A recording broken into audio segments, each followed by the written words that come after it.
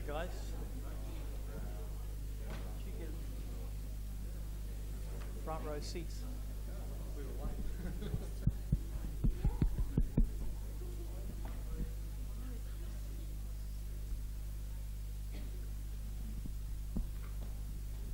Well, it's certainly my pleasure to welcome you all.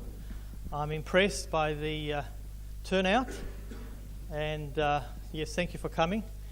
We do also have transmission across at the church for those of you that come late, but that's not you, that's them. It's my privilege again, for those of you that were here last year, to welcome Dr. Arlene Taylor. Come and join me on this podium, specially built for you, Dr. Arlene. It's good to be in control of the mic, but it is good to see you again. You're looking as young as ever, and I am 1 year older. You notice that? That's obvious. Yeah. Yeah, my wife didn't let me put any makeup on today, so I just have to, as is. I might not have recognized you. No. I'll forgive you for that. That's all right. It's good to, I understand you've been here for a while now in Australia. You've had a number of speaking appointments and up to camp. You want to give up the mic, doesn't it? Tell us what you've been doing since you've got to Australia. Grabbing the mic from the person who's introducing me. All right, it's all yours. Well, just wait a minute. I got to tell them about you. Oh. So it was a big camp. Not sure exactly where it was, but it was quite a ways from here. You know, I'm sure that Australia might even be bigger than Canada, and I thought Canada was huge. So a woman came up to me and said, "You've met my father." And I said, "I have? Where did I meet your father?" And she said, "Well, when you were at, Ourimbah, is that pronounced right? That'll do. The way it's spelled, it would be Ourimbah. Just don't argue with it, just accept it. That's the English language. He introduced you, and I said, "Oh, I remember him." And she said, "Well, he's my father." And so we started talking about him. I said, "He really was fun to work with because he's got a dynamite sense of humor." And she said, "That's my dad. He's wonderful." You know, it doesn't get any better than that, fathers. Not any better. So this is my, Lenny, what is this? 20, 25, 26. This is my 26th day in Australia. And it's gone very, very fast. So this is my last speaking appointment, so make the most of it. Because tomorrow I go to the airport and fly out on Monday. But I love it. Just a minute. Okay. Grabby. I was born in Canada. I plan to tell my life story before we start. And you got a problem with that? It just wasn't on the agenda, that's all. And the first time I came to Australia was 2000. I think this is my 15th trip. And I really, really love the country. I don't know if I'm ready to relocate, but I really, really enjoy coming. So thanks for coming out and letting me tell you some of the new information. Wonderful, thank you for that. Look, I'm so impressed with this crowd here. Many that I see faces here, they were here last time and they've come back. That's huge. That's huge. Now, I'm just wondering why they're back. Because last time we did a collection to help with the expenses so you can get back home. This time... And he kept it. Come on. So, we understand we are doing another collection today, But maybe because you've been here for so long and you've come so many times and you said you're not quite sure about relocating, we can solve that problem for you by asking these people to not put anything into the plate. So you'll have to stay here because you may not have a return ticket. Well, I'm not sure I like the way your brain works, but it is what it is. All right, you've come here to listen to Dr. Arlene Taylor, not me. So, yes, we will have a collection later just to offset some expenses. So we thank you. We thank you for your generosity last time and again in anticipation today. But you can make that decision once you've heard the material that she will present to you. So it is my delighted pleasure to just pass this mic on to you and get off the stage so that there's some order in the house, okay? I have the privilege of lecturing all around the world, really. And if, when I was 15, you would have told me that I would be doing this, I would have said, "What are you smoking?" But different people introduce me in different parts of the world, and it's so much fun to be introduced by someone who's got a really good sense of humor, and they don't mind you teasing them. Well, it's also male-female differences, because women usually accept teasing a little better than men do. Men love to tease, but they don't necessarily like to be teased. So when I find a male who can be teased, I'll have a field day. My father had, I think, a pretty good sense of humor, in spite of the fact that he was a preacher. And so he could be teased. And so it's kind of fun to do that. Now, we have 2 chairs up here. If anybody wants to come up to the front and try to nab those, and if somebody wants to sit on this bench, they can do that too. If you'd prefer to stand, feel free. The research actually is that 50% of people learn best when they're standing, so you'll probably learn best. All right, let's go. The presentations I'm doing for you this afternoon are both new. I have given this one twice. The next one I've only given once, and that was up at Avondale, because the information is quite new. And I love to come over and talk to you about really new stuff. I don't want to do the old stuff. I want to do the new stuff. So let's get going. The high price of dehydration. We're going to start with brain benders. Do you remember when we did this last year? Who's never done these before? Okay, 15 seconds of explanation. Language is loaded in the left hemisphere. It appears regardless of handedness. So with your left hemisphere, you can see the letters, and hopefully you can form them into words and read the words, and it doesn't matter whether they go forwards or backwards. The brain is able to decipher them. You could read an entire book backwards. You'd start at the front, but all the words would be written backwards, and your brain could do that quite easily. But with your right hemisphere, that's the spatial part of the brain. And I have a little trouble with accents there. I was lecturing in the South of America, and I said that the male brain is more spatial, S-P-A-T-I-A-L, than the female brain. Guy on the front row turns to his wife and said, "I told you, honey, that we were really special." They are. They're also spatial. So with the right hemisphere, what you're doing is looking at the position of the letters. Are they in the word?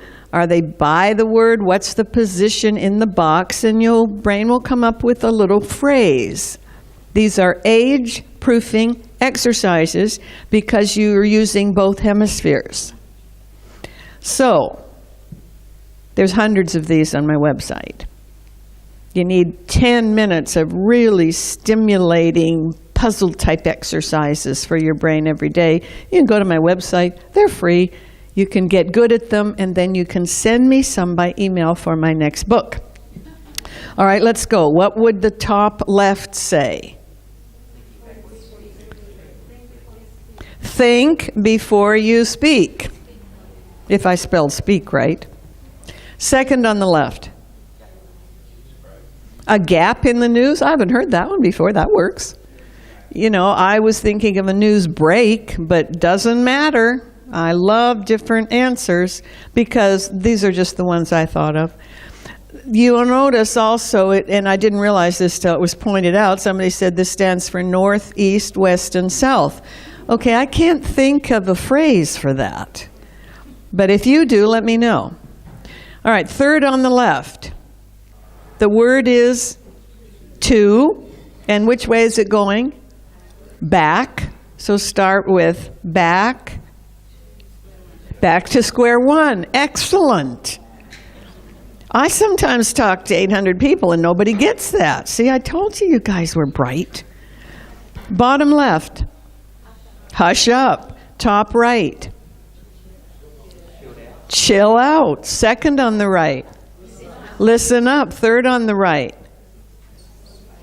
Personal space. Okay, here's the puzzle. I've never been anywhere in the world and shown this that somebody did not say personal space. That's not what I was even thinking of. I think it's great. Let me see if I can help you figure out what I was thinking of. So the word personal, of course, is personal. And this letter is what? And personal is by S. So run it together. Personal bias. Nobody ever gets that. Fourth on the right, word in a word. Blue in the face. You guys are fast. That's impressive. Maybe you don't need to go to my website and practice. Now, look at this just for a few seconds, and then tell me how many cubes you see.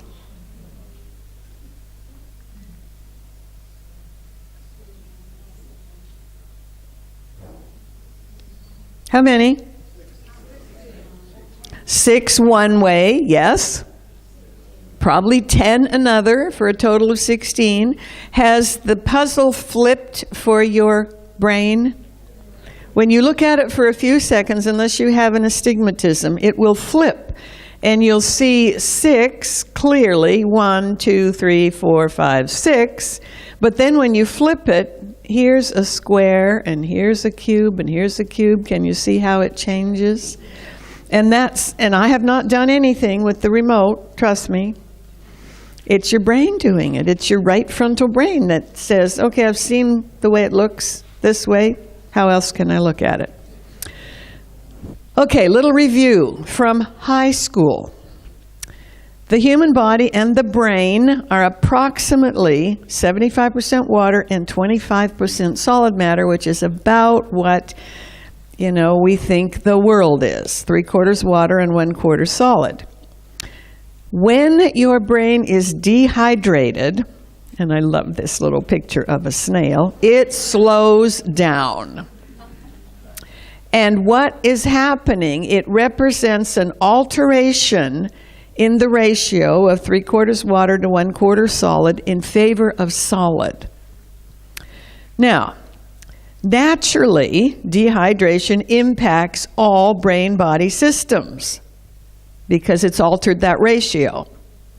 And it can be especially lethal to brain function, slowing down your thought processes and even interfering with processes. So we've got some new research on what that does. Here are some estimates that show the average percentage of water in specific organs of the body and in cells. So you can see from this that your bones are almost 1/4 water, 22%. And they're hard, and who thinks about that? Your brain, 75% overall, muscles, 75% water. Your heart's a little more water, 79%. Your blood, of course, is 83% because it has to flow through the blood vessels. Your kidneys are 83%, but your brain cells are 85% water if they're hydrated, and that's just 1% lower than your liver. That's 86%. So that's pretty important. I don't have estimates for Australia. I could find some estimates for some of the presentations I've made, but I've got the estimates for the United States, and that is most people over the age of 50, I'm not going to ask how many of you qualify, are chronically dehydrated.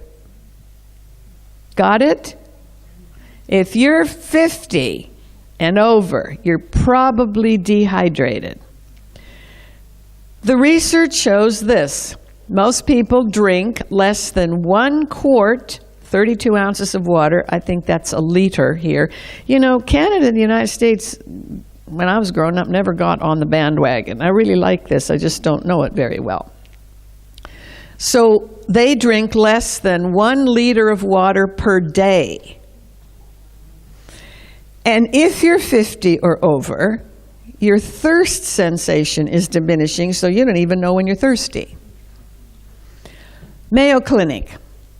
The average adult loses more than 80 ounces of water. That's 10 8-ounce glasses. And what is that in 250? All right. So they lose that much water every single day from sweating. Not many of us are sweating today. But through sweating, through breathing, you know, you breathe out against a mirror and you can see all the moisture coming out. Waste elimination, what you pee and poop. And that puts them 48 ounces in the hole compared to the amount they've taken in. So that happens in one day and your brain is already suffering.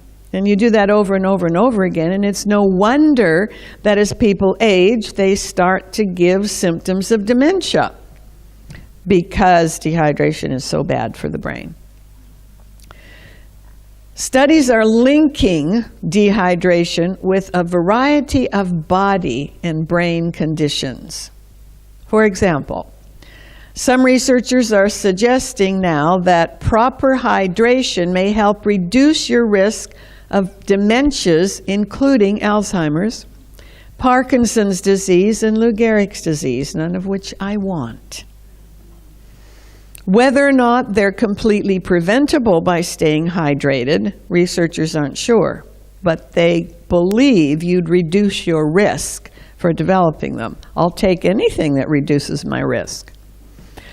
Some of you may remember when I was here last year, I believe I showed you this cutaway of the brain, showing the 3 main functional layers, if you will.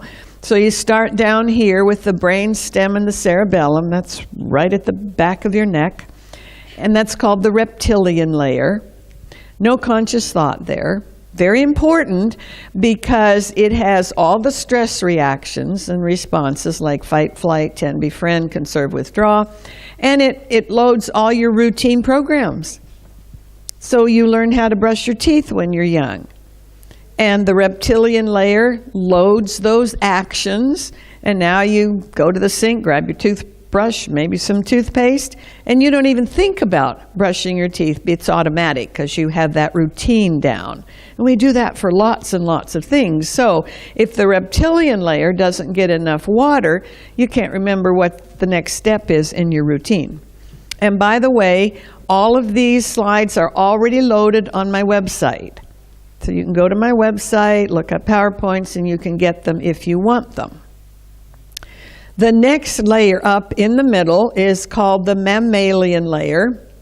All mammals have that layer. This reptilian layer, you know, you're thinking about frogs and snakes and whatever. And, you know, that can give you some idea of what it does. You know, the frog feels hungry, sees a fly, tongue automatically goes out, nails that poor insect, and it eats it. Something surprises it, it jumps and plop, it is in the water. You know, not any cognition, it's all stimulus response. In that mammalian layer, still subconscious, you have emotional impulses.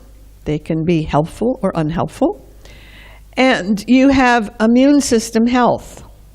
And because of these emotional impulses, it's also the home of relationships. I just think that's hysterical. A part of the brain where there's no conscious thought has everything to do with relationships in the immune system. Duh. No wonder we have trouble with both of those. So if this mammalian layer gets dehydrated, that's going to negatively impact the immune system for sure, and emotional impulses and relationships and phobias and relapse into addictive behaviors and all kinds of things. And then you get down up to the neocortex, third brain layer, and that's where you do have some conscious thought. But before you get too excited, researchers say you are lucky if you can bring 15 to 20% of what's going on into that brain into conscious awareness, where you can label it and describe it and manage it. So the more you can become aware of what's going on in your brain, the better. Right behind your forehead, prefrontal cortex, is where we have what are called the executive functions, and some of them clearly distinguish us from other mammals. And those executive functions are like planning and willpower and conscience and morality and choosing and so on. And if your brain is dehydrated by 1%, you're not even thirsty yet, you get a 5% decrease in brain function. So by the time you get thirsty, you're already dehydrated. So do the math. If you're dehydrated by 2%, you got a 10% decrease in your ability to think clearly. 3% dehydration, 15% decrease. So kids are in school, they're not drinking enough water, and they don't learn. And people say, "Are something wrong with you? You stupid?" No, they're just dehydrated. And if the teacher's dehydrated too, it is a disaster. Now, dehydration, there's fluid inside cells and there's extracellular fluid. So dehydration can reduce the amount of fluid inside the brain cells, which is really not good news, because it's the movement of fluid in and out of the brain cells that act like a hydroelectric plant and generate electricity in the brain, which can power a low wattage light bulb. And if it's an LED, it doesn't take much wattage to give you a lot of bright light. It's the most common cause of headaches. I hardly ever have headaches. But if I get a headache, the first thing I think of is, oops, did I not quite drink enough water? And I need probably 2.5 liters a day, especially when I'm speaking in public, because don't worry, I don't spit. You guys on the front row. But as I talk, I am, getting a lot of moisture out there that I have to replace. Dehydration is linked with wrinkling of your skin. Okay, that's bad news for us women, because we wrinkle 10 years earlier than you guys anyway. Now we're dehydrated and we really look wrinkled. Wrinkling of body organs, including the brain. Mood irritability. Did you know that when people get really irritated, think, have you had enough water? Give them a glass of water to drink. And hopefully they're not so far gone they'll refuse it. An increase in inflammation. And inflammation is when the tissues and all get revved up. They get too hot. And they're looking at inflammation as a base cause now for multiple sclerosis. So any of those conditions, boy, you got to stay hydrated. Depression, and other mood disorders. So it's really serious, but we did not know that. When you look at this top drawing on the right, this is just a drawing of what the brain and the 3 meninges look like against the skull.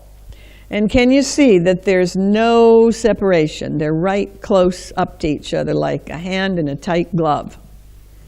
But If the brain starts getting dehydrated and the fluid comes out of the brain cells, now take a look at this second drawing. Here's the brain. Here are those 3 meningeal coverings that protect the brain, the pia mater, the dura mater, and the arachnoid mater. Doesn't matter if you remember that. I just want you to know I'm not so dehydrated I couldn't remember them. And now, do you see that there is this space? The tissue is actually pulling away from the skull. That is linked with dementia, because it's not good to have the brain shrink and pull away from the cell. This is so easy to reverse. You just have to drink water. I often say that to people, and they say, but I don't like the taste of water. Well, okay, you can drink sodas, you can drink fruit juices, you can drink coffee, tea, whatever. They do not replenish the fluid that your brain needs like it needs to be replenished, because all of them trigger digestion. Water doesn't. It just goes straight into whatever tissues need it. So, because this tends to pull the tissue away from the skull, it sometimes causes discomfort, headaches, but it certainly causes difficulty in thinking. And as I mentioned, shrinkage of brain tissue is a known factor that is now linked with dementia. Is this reversible? Yeah, if it's not too serious. That's the good news. You know, you can get dehydrated and you can start drinking enough water, and it can plump up those tissues, and now your brain looks like the first picture, just all smashed together against the skull. Now, as dehydration pulls water out of the cells, especially the neurons, the thinking cells, you get problems. And here are some of the specific problems. You have short-term memory loss. Do you know people who you say something to and 5 minutes later they ask you the same question they asked you a bit before? All right, that is the beginning of dementia. They can't remember. Studies in nursing homes show that people who are starting to have fuzzy thinking, if you can get them to drink water, that can be reversed. It also impacts your ability to use your hippocampus. That's the search engine that's in that middle mammalian layer, just like the search engine on your computer. And you want to remember something, and it goes out and searches your brain for the answer and gives it to you. Okay, dehydration, it's not working right. It impacts your ability to perform mental arithmetic functions, and we're not talking about in school. We're talking about everyday stuff. So, the alarm goes off. You think, can I push the snooze button and stay in bed a little bit longer, or will that make me miss breakfast or be late to work? And if you're dehydrated, you can't figure that out. So you probably just stay in bed, miss breakfast, and are late to work. You have trouble making change. You know, the cashier says this is, $5.37, and you got a handful of change, and finally you say, just pick out 37 cents, will you? Because you can't figure it out. And figuring out costs of things, which we need to do all the time. I don't know if you have Walmart here, but that's a very popular store in North America now. So you go into Walmart, and you see all of these similar products with different prices. Now you want to figure out, if I buy one of these, or if I buy 10 of them, is the savings so significant, and I know I'll use it over time, that I ought to buy 10? And the brain cannot tell you that. I've been stopped in stores, and people said, help me with this. If I buy one, it's 50 cents, and if I buy 10, it's $4. Which one should I do? Well, that's a no-brainer. Unless you've got shrunken brain tissue and it's not working right. not only does it affect the brain directly, now here are two pictures. They're drawings of brain scans. The top one, every time you see a red dot, that's an area in the brain that's dehydrated. It's hotter, if you will, because it doesn't have enough water, and water helps keep everything cool. You give the person a big glass of water, you look at the brain scan, and within a minute or two, half of those disappear right away, those red spots, because the brain is now getting a supply of water, and eventually they're all gone. It also makes the blood thicker. Bad news for men, because you guys have lower blood flow to your brains anyway. That's what the research is. Don't know the reason. So if you already have lower blood flow to your brain to bring oxygen and nutrients and so on, and now the blood gets thicker, what does that put you at risk for? It puts you at risk for blood clots. And most strokes in males are occlusive strokes, meaning there's been a blood clot and it, plugged up an artery, and now you have a stroke. So in women, that's not true. A woman could have an occlusive, stroke in the brain because she's so dehydrated. But women have higher blood flow rates to the brain. Somebody asked me the other day, and why is that? And I didn't do the design. But here's something that you women might be interested in. During pregnancy, your brain shrinks, period.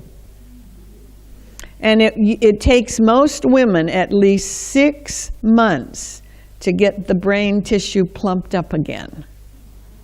Now, maybe females have a higher blood flow rate to the brain to compensate for that. I don't know. But I look at women who in 20 years have had 19 children, and I'm going, she must have a minuscule brain because it's never had time to plump up again. So go figure. My family was not too bright in that area. My grandmother was one of 13 children in 15 years.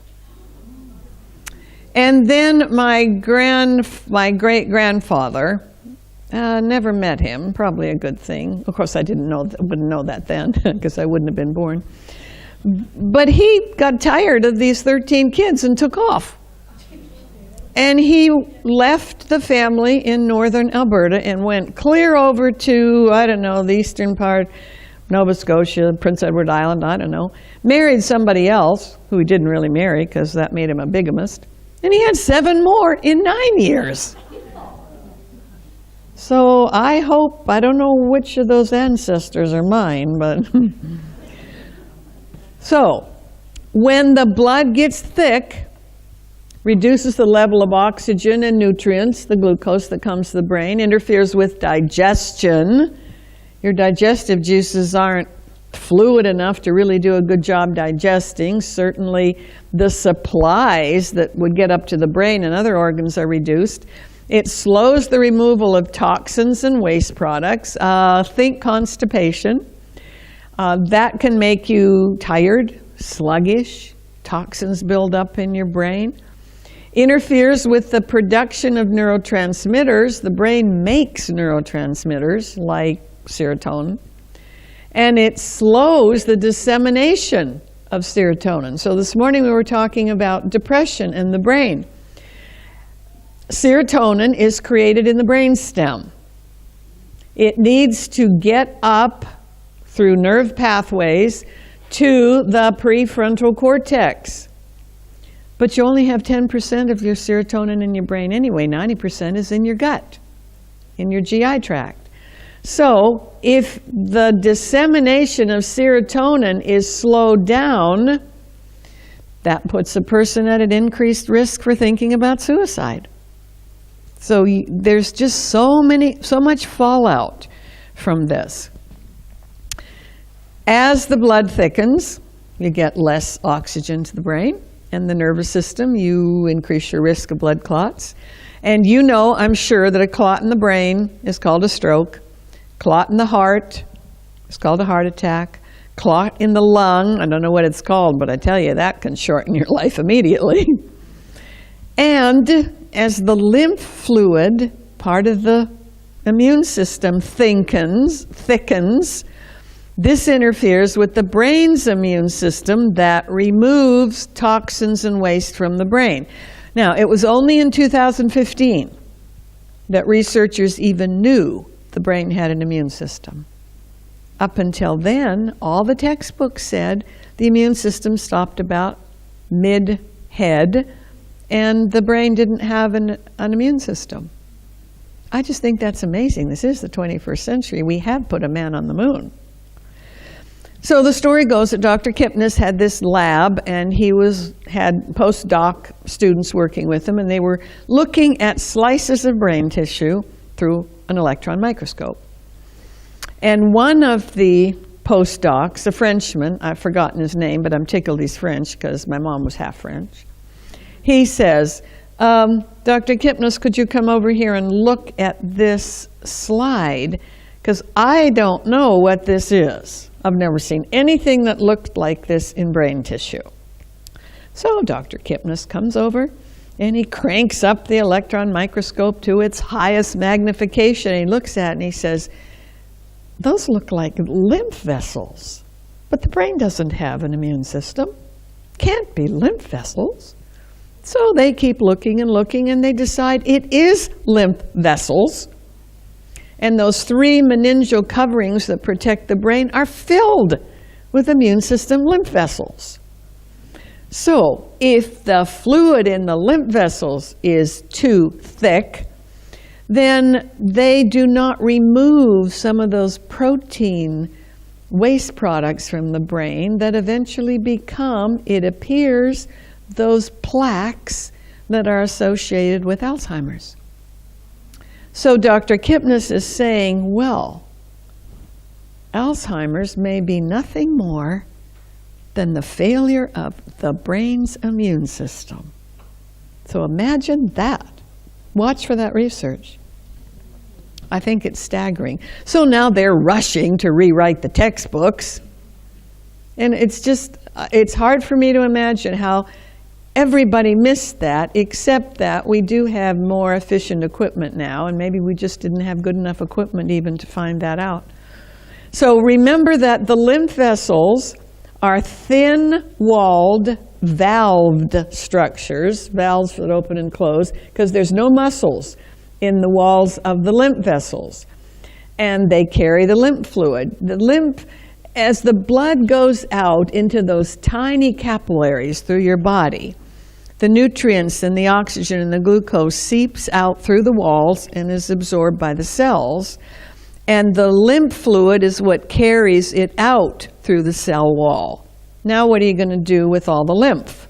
You know, have you ever been flying on an airplane for a long time and it takes a long time to get here? And then you get off the plane and your ankles are swollen because there was not enough movement of large muscles to keep the lymph fluid heading back to the heart, where then it gets joined with the blood. So 250,000 miles of lymph vessels, that's just staggering to me. That's what, 4, 8, that's 10 times around the equator in your body of lymph vessels, to say nothing of the blood vessels. So here was what they found. Here's those 3 layers, dura mater, arachnoid mater, and pia mater, and it's filled with immune system vessels. So, as he pointed out, in Alzheimer's, there are accumulations of large chunks of protein that don't belong in the brain, apparently. And the theory right now is they may be accumulating because the lymph system in the brain is not effective and it's not taking care of that. And they're also saying now that there are implications for other neurological conditions such as autism spectrum disorders and schizophrenia. And we know from studies that it's really hard to get people who are showing symptoms of autism disorder to drink water. They don't want to drink water. And the belief is if you could get them to drink water, it might go a long way in reversing those autism spectrum symptoms. So of course that with dehydration you don't have digestive juices that flow easily, and therefore you don't get oxygen, micronutrition, glucose to the brain. Now you get brain fog. You just do not think clearly. And the glial cells don't have enough water to work with to create neurotrophins. Neurotrophins are a specific type of food that the neurons eat, and they're supporting glial cells. Have you heard of the word glial cells? They're personal assistants to the neurons. And some neurons have 9 of them. Some have 6, some only have 1. Do you know what we could accomplish if we had 9 personal assistants 24/7? And those glial cells actually manufacture the food they need, so something's wrong with the glial cells. This is not enough water. The neurons aren't going to get fed. Okay, let's see. Where are we going? Now, most of the chemical processes occur inside the cell. And dehydration, remember, reduces the water inside the cell. There's supposed to be more inside than outside. And what's that going to interfere with? Neurotransmitter production, hormone production, enzyme production, and cell replication. It's huge. Brain doesn't repair itself like it's supposed to. Water's absolutely required to make neurotransmitters like serotonin, because the neurotransmitters are what carry the information across the synapse, the synaptic gap between neurons, because they don't touch each other. You don't have enough of the neurotransmitter and it doesn't go across the synapse, and so you have interrupted thinking. Just the transmission of information between neurons uses up 50% of all the brain's energy. And when you have dehydration, you don't have enough neurotransmitters, no wonder you don't think clearly. I mentioned this earlier, that the brain has its own hydroelectric plant. And basically what that means is the water moves in and out of the cells, very much like, the water over Niagara Falls Dam. The brain cells need at least twice the energy required by any other cell in the body.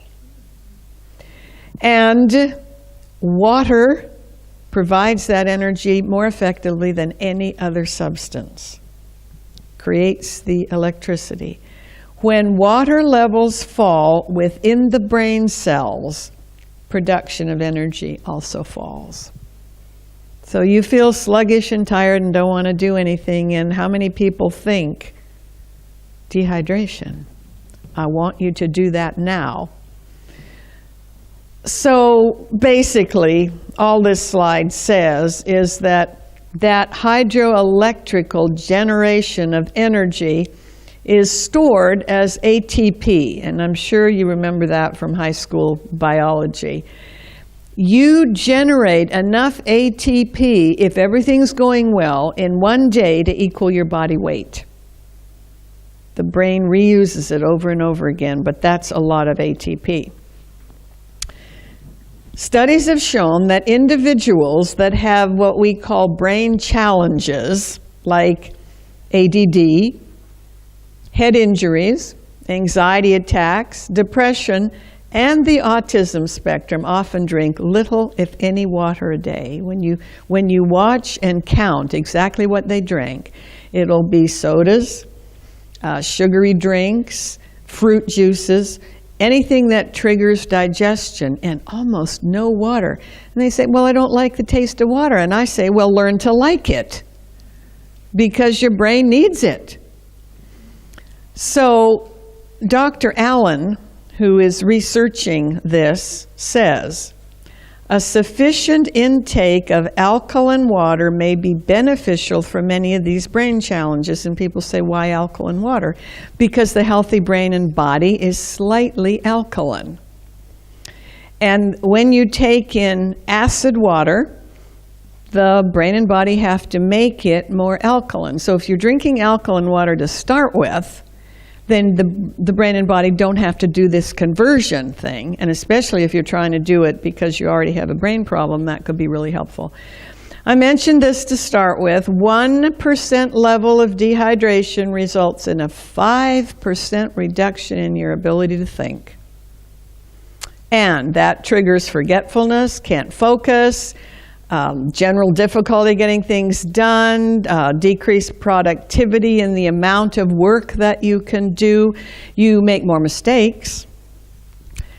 And it exacerbates accident proneness, especially when you are driving and engaging in other tasks that need the brain's full attention. Because it'll take the brain maybe 5 to 7 seconds to completely go from focusing on one thing to focusing on another. So if you've got your cell phone in your hand and you are reading text messages and focusing on that, your brain is unable to focus on the traffic. And therefore, you have a high possibility for having an accident, especially in a roundabout. I like them. It's just that I haven't completely figured out who goes first. So therefore, I'm not driving in your country. So how much water do you need? Well, it depends on a lot of things, temperature in the environment, how much you're exercising, how much you're sweating. Do you even know the difference between thirst and hunger? Because a lot of babies are raised not to know the difference because their parents haven't taught them any sign language, so that they can say water if they're thirsty and food if they're hungry, because the brains are capable of doing it, they just can't articulate it. So these kids grow up and they don't know when they're thirsty. They eat when they're thirsty. It's not their parents' fault. Their parents did the best guess. But I tell parents, if a baby gets irritable, start with water. Well, you want to check and see if there's a pin sticking in their leg or, they need their diapers changed, but start with water. And after 15 or 20 minutes, see if that calms them down. If it did, they were thirsty.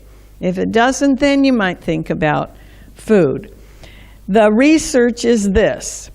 How much water do you need? You need enough water each day so that you pee 2 pale urines. Got it? Good. Nobody's asked how you're going to know what color your urine is. That's really a plus. Really. People have asked me, well, how am I going to know if I've peed 2 pale urines a day? I said, look.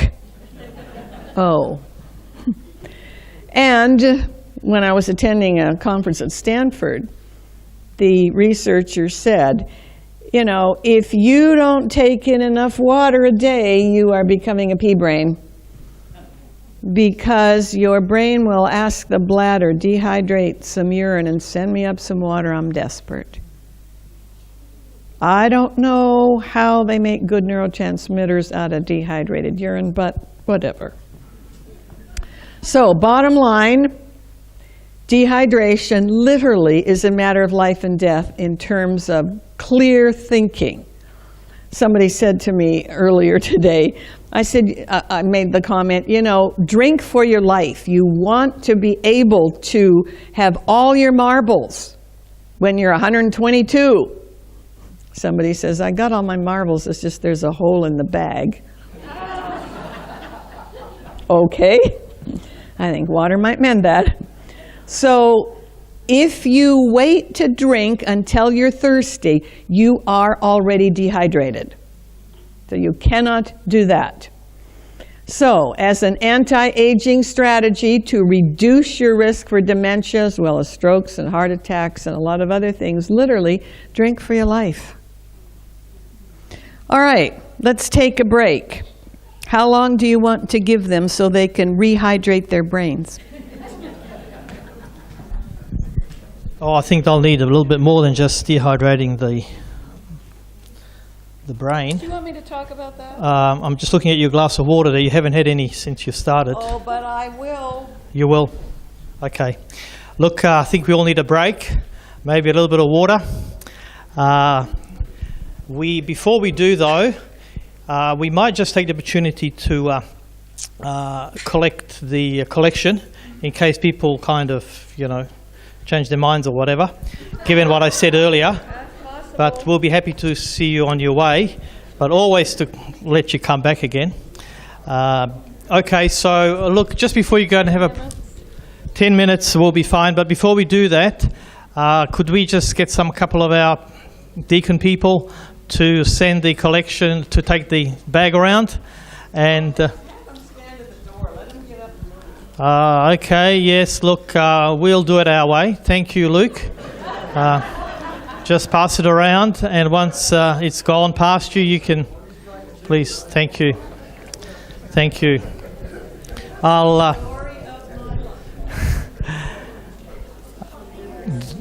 We may, when we come back, if anyone has any particular questions, not sure.